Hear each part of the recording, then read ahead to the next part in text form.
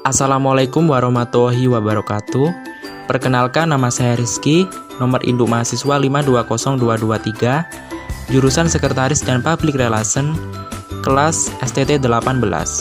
Di sini saya akan menjelaskan rangkuman materi semester wajib mata kuliah fotografi. Materi pertama adalah fotografi dan sejarahnya. Fotografi atau fotografi berasal dari bahasa Yunani, dari kata photos dan grapein, yang berarti cahaya dan menggambar. Fotografi secara umum diartikan dengan melukis dengan cahaya. Berikutnya, sejarah perkembangan fotografi. Fotografi ditemukan pada abad ke-5 sebelum Masehi oleh Motti. Pada tahun 1826 dikembangkan oleh Joseph Nispor. Pada tahun 1839 dinyatakan sebagai tahun teknologi fotografi. Fotografi di Indonesia dimulai dari tahun 1841 oleh Dr. Jurian Munich. Perkembangan teknologi kamera.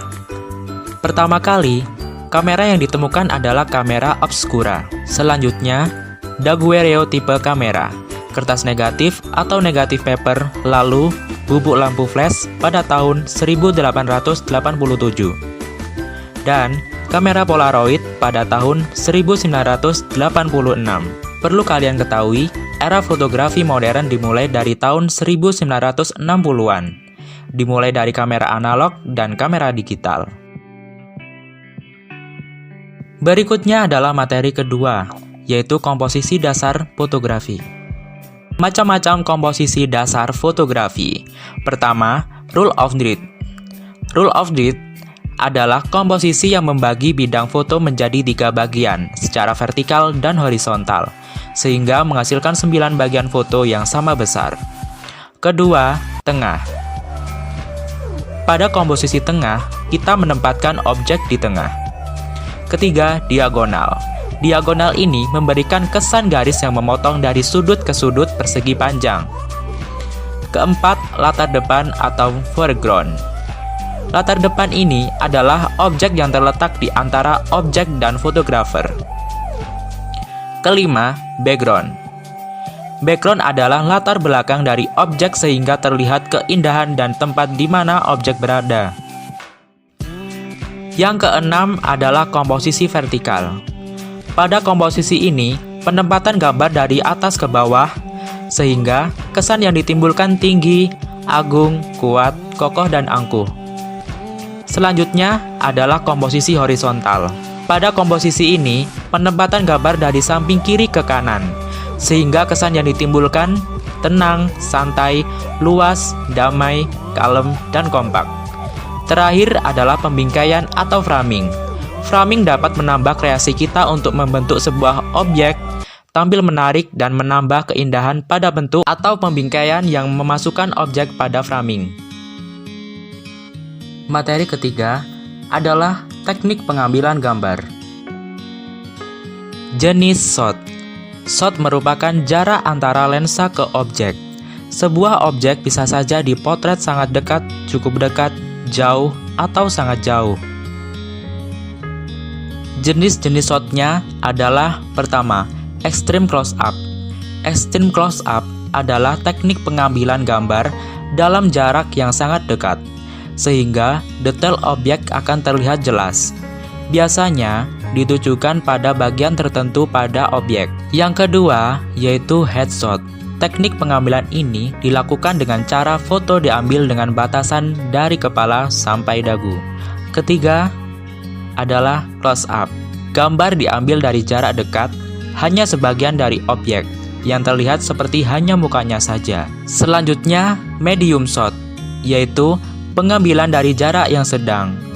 Jika objeknya orang, maka yang terlihat hanya separuh badannya saja, dari perut atau pinggang ke atas.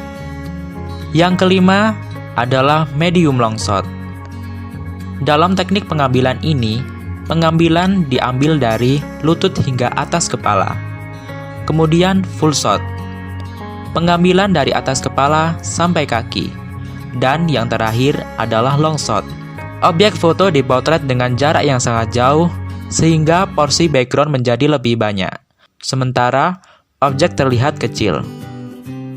Sudut pengambilan gambar atau angle.